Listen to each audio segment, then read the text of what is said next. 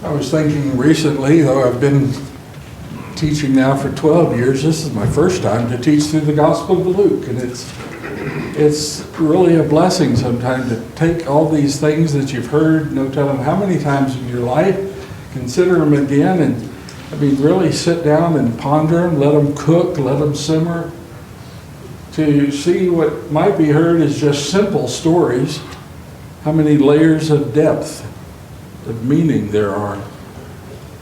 We'll begin in Luke chapter 9. Let's remember a bit about Luke chapter 7 and 8. There is in those chapters some key words, among them hearing and seeing and doing.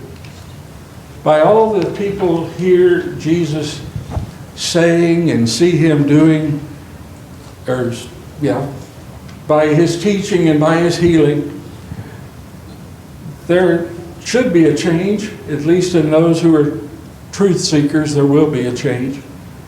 And so in chapter 8, it is about hearing and doing. Jesus gave in Luke chapter 8, verse 21, really that very marvelous, but a simple definition of what it is to be a spiritual family, to be a brother of Christ, those who hear the word and do it. The other theme we see throughout these chapters is Jesus is establishing his credibility, and he does so by the quite extraordinary ways that he uses his power and authority. Now, all these people are used to seeing men with power and authority, but also quite used to being abused by it. Their religious leaders would so pervert justice and even their teaching to abuse people. Really they've never seen anyone like Jesus who uses his power and his authority for the benefit of the people. That's foretold in the prophecy of Isaiah. This is going to be a whole new thing, something you've never seen before. And, it was forever a problem among those people back before they went into captivity. When it was really getting bad, all justice had been perverted. Their leaders were robbing their own people blind. Abusing them in every which way. And they've never seen, the world in fact has never seen power and authority used as Jesus uses it. And it's always for his God's glory, but it's for the benefit of the people, which is also for his glory. Well, having perfectly modeled power and authority, let's come to chapter 9, verse 1 and 2. And he called the 12 together and gave them power and authority over all demons to cure diseases. And he sent them forth to preach the kingdom of God and to heal the sick. There's some interesting words in there, and a couple of words in those two verses that are unique. We don't see them anywhere else. But Jesus, of course, this is shortly in the verses coming going to be the limited commission to go out and preach of the kingdom, the nearness of his coming, and to physically help people. The parallel account in Matthew chapter 10 and verse 1 uses the same message, but expanded a bit.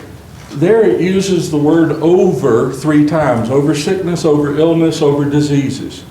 Here, again, you see the word over.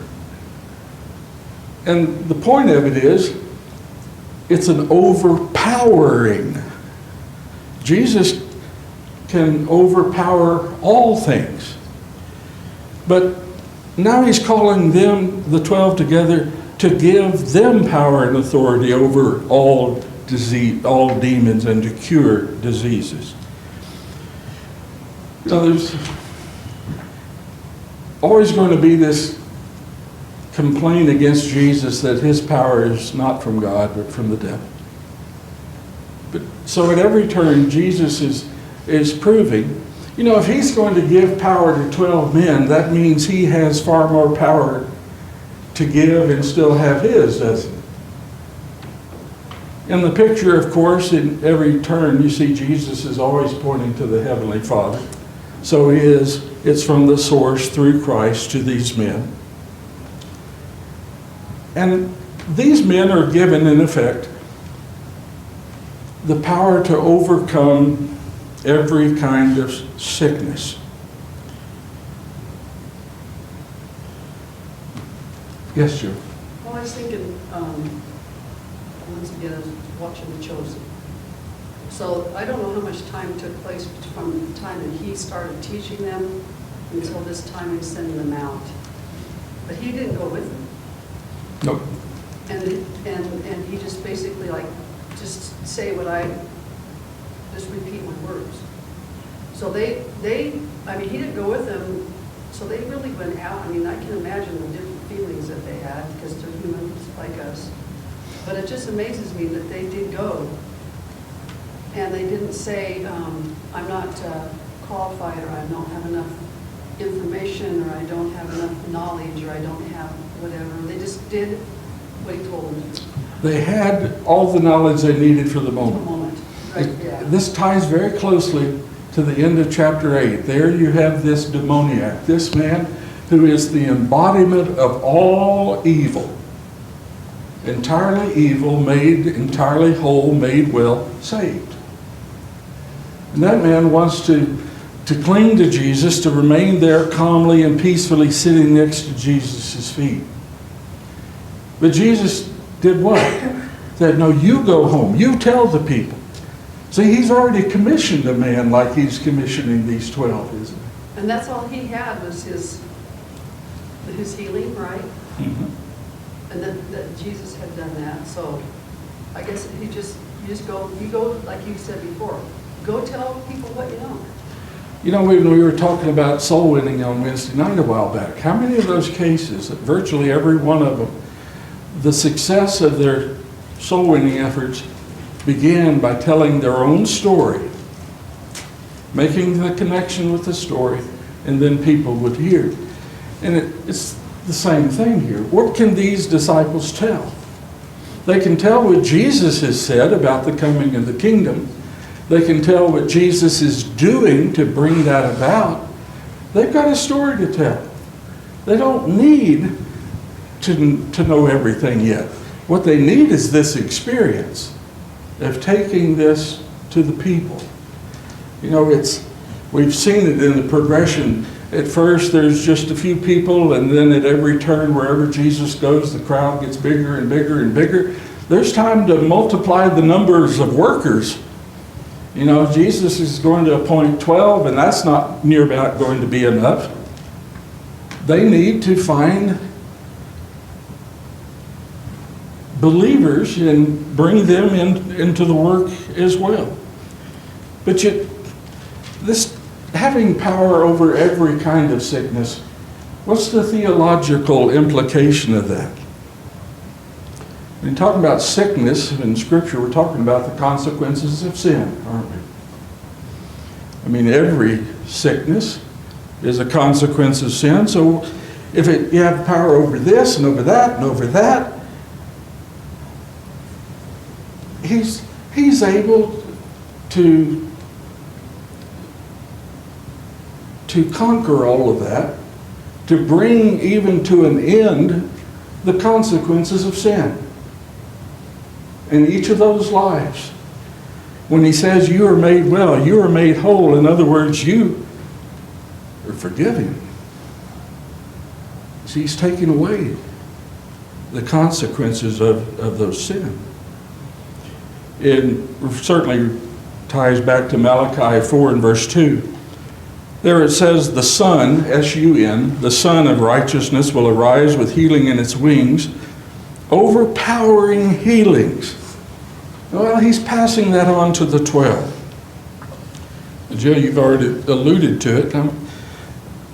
I want to touch on one more word there. I don't know how it reads in some of your translations. Luke chapter 9 and verse 1. Authority over all demons and to cure diseases. Anybody else's translation read that way?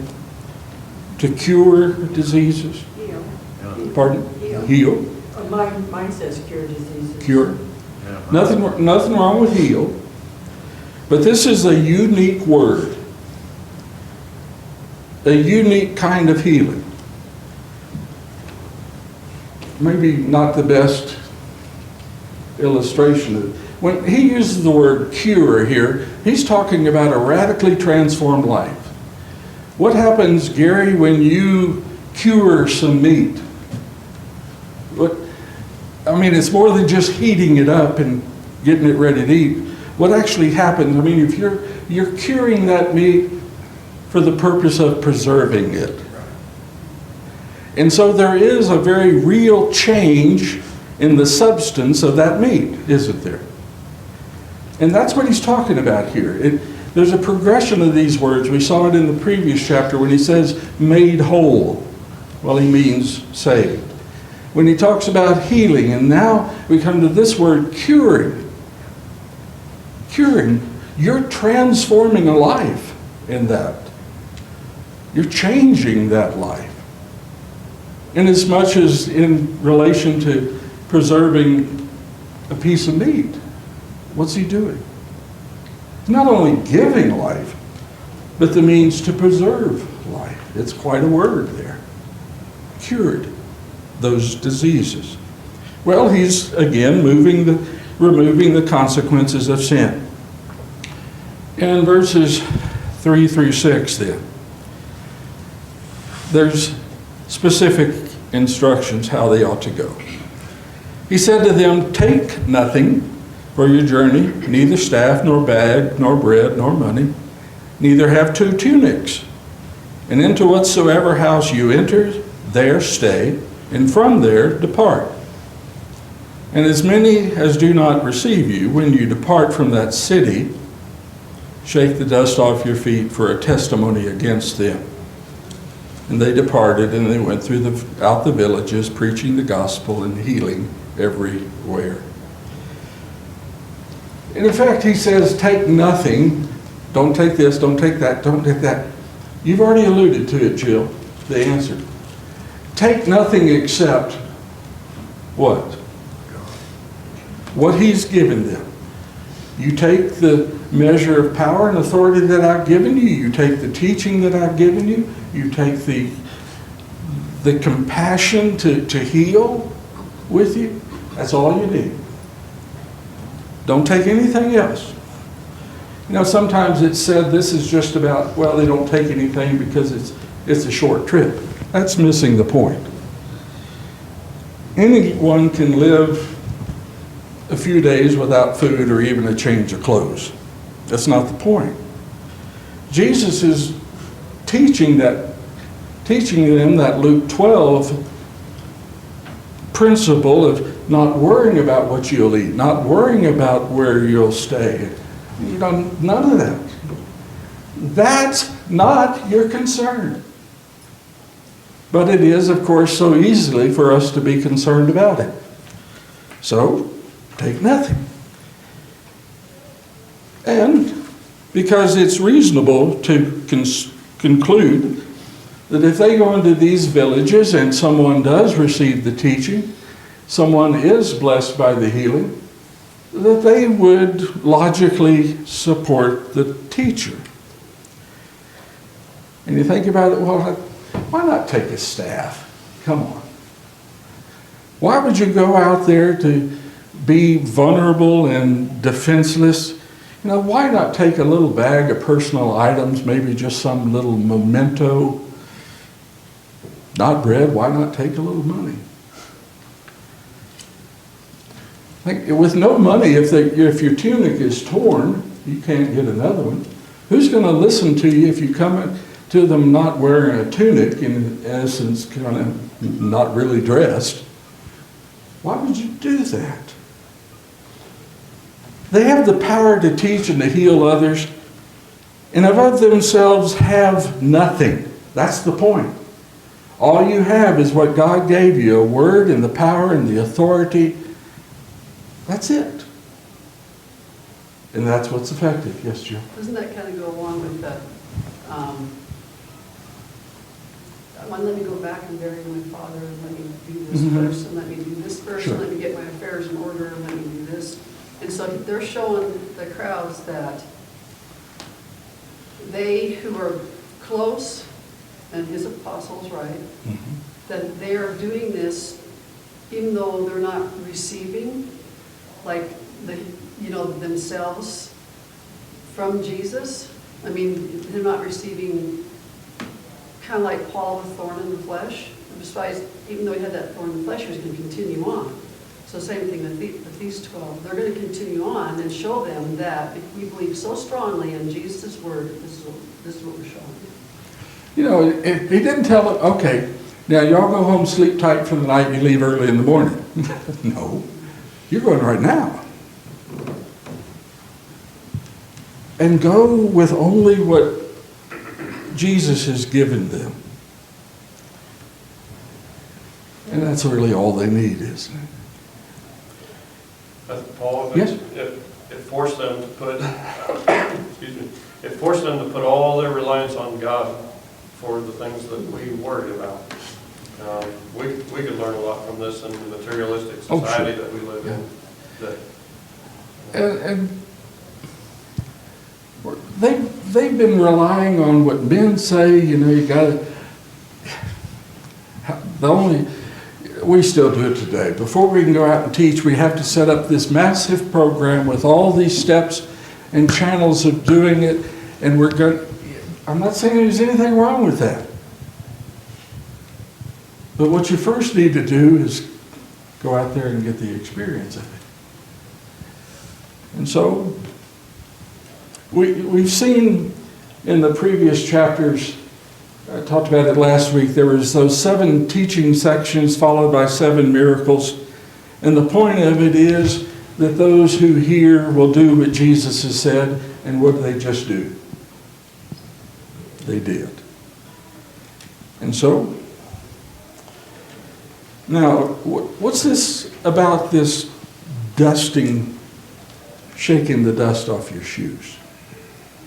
We need to be careful how we read that. I don't know that we've misunderstood it, but some people have misapplied it. He's not talking about individuals there. He says when you depart the city. Now within that city, you're going to find some who will receive the word and some will reject it. The real problem is going to be the religious leaders in each of those places, isn't it? I mean, they pretty much set the tone for the city. And when you leave the city, it is as a witness against them. He's not writing off any individual, is he? He's not. Some of those people, they may not have received him that day, but they may yet. He's not writing off people, but this whole religious mindset that we don't need any part of Jesus. Well, of that, you know, he's really shaking the dust off your feet is like shaking death off your feet. Just the dust of dead minds. So, again, the 12, they hear, they go and do what Jesus commanded. There is an immediate need for an increase of believers, and will be a need for an increase of workers. And it is, again, like that formerly crazed demoniac. Man, you got a story to tell. So go out there and tell it. It is a rapidly growing and increasing movement. And so in verses 7 through 9, not only are the people noticing what Jesus can and is doing, of course, Herod the Tetrarch.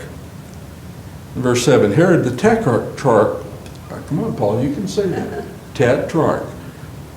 Heard of all that was done, and he was much perplexed, because it was said by some that John was risen from the dead, and by some that Elijah had appeared, and by others that one of the prophets, old prophets, was risen again. And Herod said, John I beheaded, But who is this, about whom I hear such things? And he sought to see him again. This is a recurring theme throughout the Gospels. It happens later in this same chapter. This question is going to come up again in verse 18 and following. Who is this? And then it is followed by a very necessary conversation. Who do people say that Jesus is? He's asking, who am I? Well, Herod the Tetrarch, of course, he's one of 4 sons of Herod the Great. There was Antipas, Agrippa, Philip. I'm not remembering the 4th one right now. But each of these men were responsible for governing one district. There was a governor over the east side, a governor over the west side. They're going up to Galilee. There's another governor there. It's interesting to consider these men and the strange kind of situation they're in. We know that Herod the Great his ancestors had converted to Judaism. He had Jews in that family tree. And he was raised practicing Judaism. Well, these 4 sons, they're accustomed to that as well. But the problem is, okay, this is what we know religiously, but who do we answer to? We answer to Rome, don't we? That's going to be a problem, isn't it? What are we going to do about this? This is the worship that they know, but the Tetrarch's job is, to some extent, keep a thumb down on these folks. He's going to have to give an answer to Rome. What's going on among those people? Because of all these accounts, these reports, John the Baptist is risen from the dead. Herod had him put to death thinking, done with that fella. He's going to give me no more trouble. And what? Here he is again? Well, no, but he's got to check that out. Elijah had appeared. No doubt it was confirmation of prophecy from Malachi chapter 4 and verse 5 that he would send an Elijah. They just don't understand the meaning of that, do they? They don't, one as the type of Elijah, except even better. So there's all this confusion. One of the old prophets of old had risen again. And so you see there that even Herod then is trying to see Jesus. He sought to see him. He's got to see. He's going to have to give an answer for this. So he's trying to see Jesus as well. I don't know if that implies he's a truth seeker or not. Not so much, I don't suspect. But when the disciples come back, they do have quite a story to tell, don't they? Can you imagine it? Verses 10 through 11. The apostles, when they were returned, declared to him what things they had done, and he took them and withdrew privately to the city called Bethsaida. But the multitudes, perceiving it, followed him, and he welcomed them and spoke to them of the kingdom of God. And those who had need of healing, here's that word again, he cured. He cured. He's just not causing them to be physically well, he's changing their lives. Well, certainly they had many stories to tell. Interesting, the crowd's always following him. I was thinking, well, next time Dina and I go to the coast, if all of you follow me, I'm not going to be as nice to you as Jesus was. But that's the point. I have no power to heal anyone. So nobody needs follow me. These people know their need and who can meet their need. And so not only to be cured of sickness, but to be even made whole. I really was glad to look into that word for cured there and the implications of that. So he's healing them, he's changing their lives, even while he is teaching them how they will ultimately become citizens of the kingdom.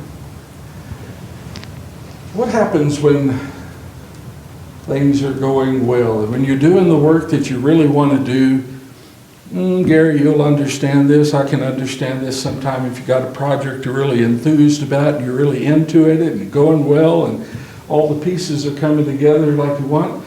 Well, the hours just slip away, don't they? And that's what's happening that same day. Time slips away until it's too late in the day for anyone who hadn't come prepared for a stayover to suddenly provide for them. I mean, I would suspect some of them left their homes just like the 12 had. They didn't pack a bag. They didn't pack a lunch. They didn't, they're just, he's coming. Let's go. We got to go there now.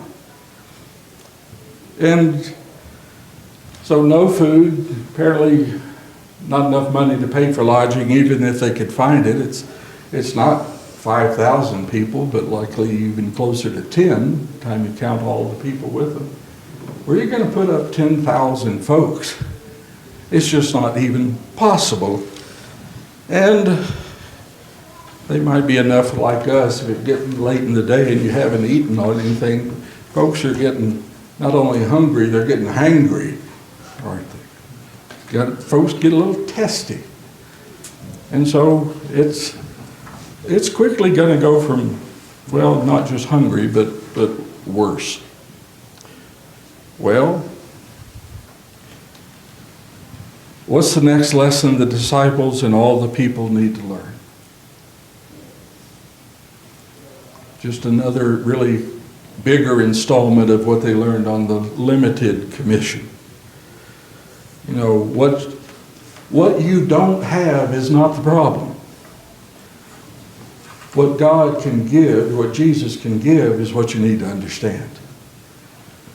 Sometimes it helps if we get a little hungry, doesn't it? I think about fasting and that kind of thing. I haven't done it often, but sometimes it helps to get a little hungry. Great things can be learned by that experience. So, here comes the disciples. They got their long list of complaints. And they're essentially pointing to Jesus. This is your fault, aren't they? You're the one that, we were just going to go have a quiet time together. But you're the one that insists coming out here. So, what are you going to do about it, Jesus? He just tells them, in essence, don't you worry what I'm going to do. You just go do it. You go feed them. Apart from the resurrection, this is the only miraculous work that's recorded in all four Gospels. And it's certainly indicative of the importance of it. The theological significance of this is that it is laying the foundation for what follows this. That continuing discussion. Jesus is asking me, who am I? Who do people say that I am? Who do you say that I am? Who am I? This is the foundation of proving that. Now, the disciples are able to offer no solution at all. I mean, what do they see? Even the way they say it. We have no more than. We have, they use the words unless and perhaps. Nothing is certain in their mind, is it? We don't see any way to get it. This looks like nothing. The very way they say it is clear. They don't know, they can't understand how this is going to work. Isn't that what we still need to understand sometime? Some of you know I'm enough like that. I want it all planned out ahead of time. If I'm on a trip, I'm going to get up at this time and we're going to be in the car by this time, and and I know we're going there, we're going to see this and all that. And yeah, Jeff, you're just like it, don't you? And it doesn't work that way. And sometimes you have that tragedy that happens in Colorado on the road trip, and you don't know how you're going to get it all taken care of. And it worked out. Yeah. Jesus takes those meager supplies and he's going to bless them. I'm going to pick up in verse 21. But he charged them and commanded them to tell this to no man, saying, the Son of Man, I'm sorry, I'm way too far down. 14. They were about 5,000 men, probably closer to 10,000 people. And he said to the disciples, make them sit down in groups of about 50 each. And they did so. They made them all sit down. And he took the 5 loaves and the 2 fishes, and looking up to heaven. I always love this about Jesus is always pointing to the Father, isn't he? Always looking to the Father. This isn't just Jesus. Looking up to heaven, he blessed them, the bread and the fishes, and broke, and gave the disciples to set before the multitude. And the best part of it, they ate, were all filled, or all satisfied. And there was taken up that which remained over, there's that word again, over to them of broken pieces, 12 baskets. The power is always over what anybody would think, over and above what anybody else could provide, over healing to actually changing lives. That power over all these things.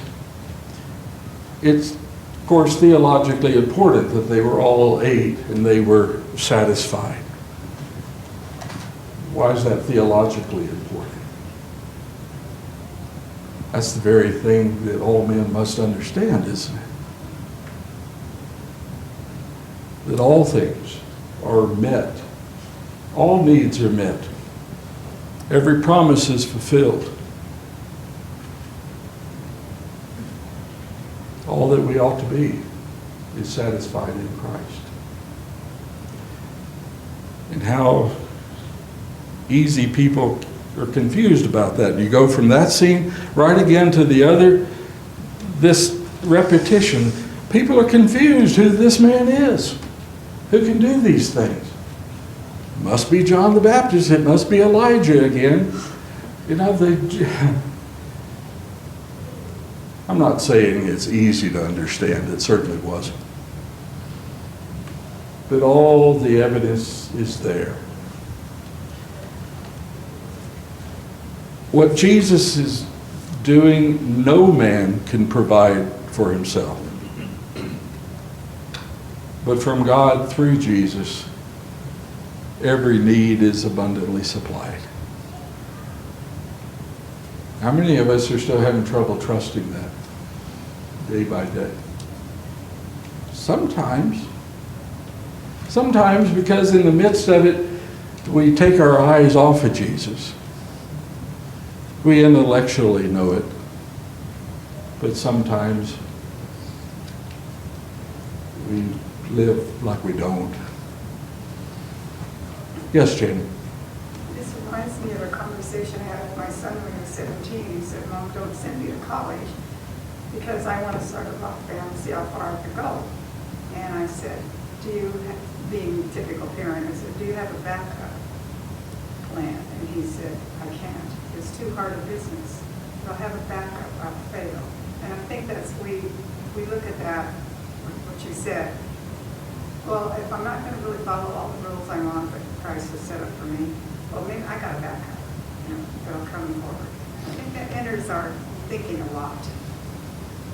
This reminds me, Byron and I have seen this video at home. It's about some people that sail around on their boat.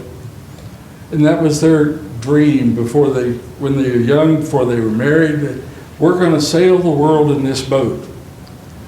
And so they didn't do anything or make any plan that was contrary to that. And they got married. They do this whole video on, if your intention is to sail the world, don't buy a sofa.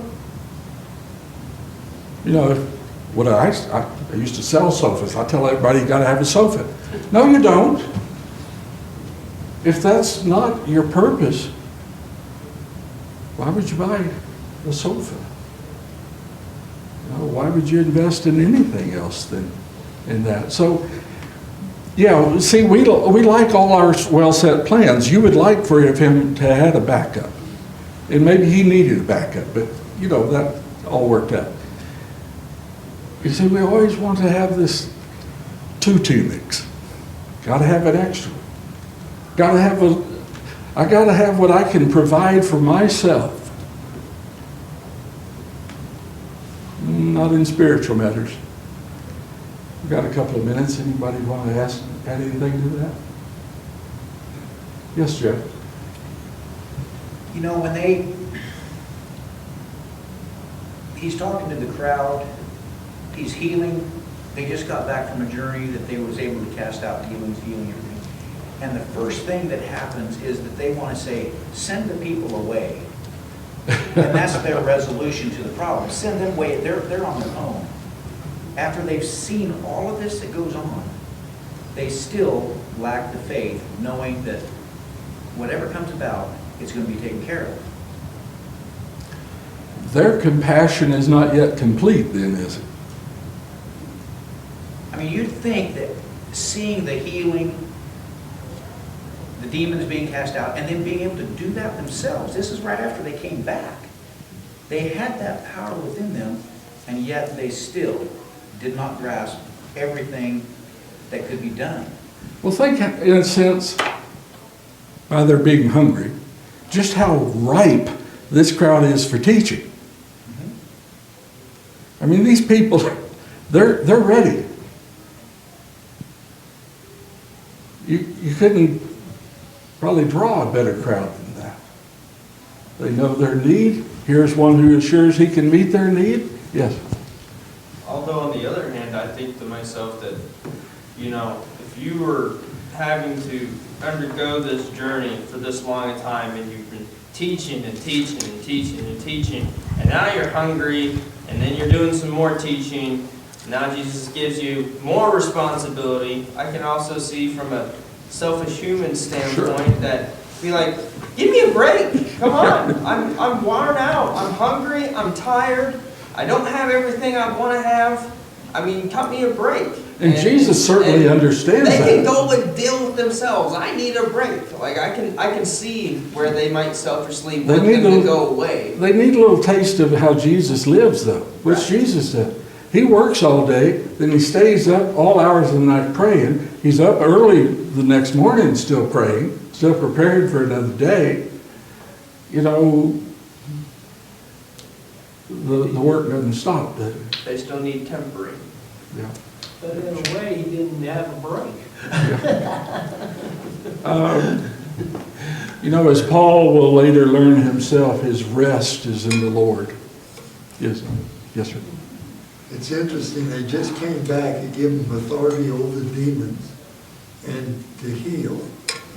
And then he tells them, give ye to eat. He tried to get them to trust in God and in him and what the power they've been given. They don't know how to handle it. Yeah. And then he demonstrates once again how to do it. You know, and this happens still. One lesson in one area of life, they don't know how to apply to another area of life. Exactly. So I just gave you this victory, and you ought to be able to take the lessons learned from that and see how it would work in your whole life. But it's not the connection. Yes. Kind of thinking what Cole is saying, well, okay, I've done this, I'm done. I've done this and I'm done, so I've done what I'm supposed to do, and I'm not gonna go any further. And you were bringing us here to rest after all. You know. So that's true today, like, it is, isn't it? I've done this, I'm fine. I don't need to do any more. Jesus always changed his schedule to meet the needs of the people. Always. And that's the lessons they and even we need to learn. Thank you for your participation in the class. I hope it's worthwhile to remember these things.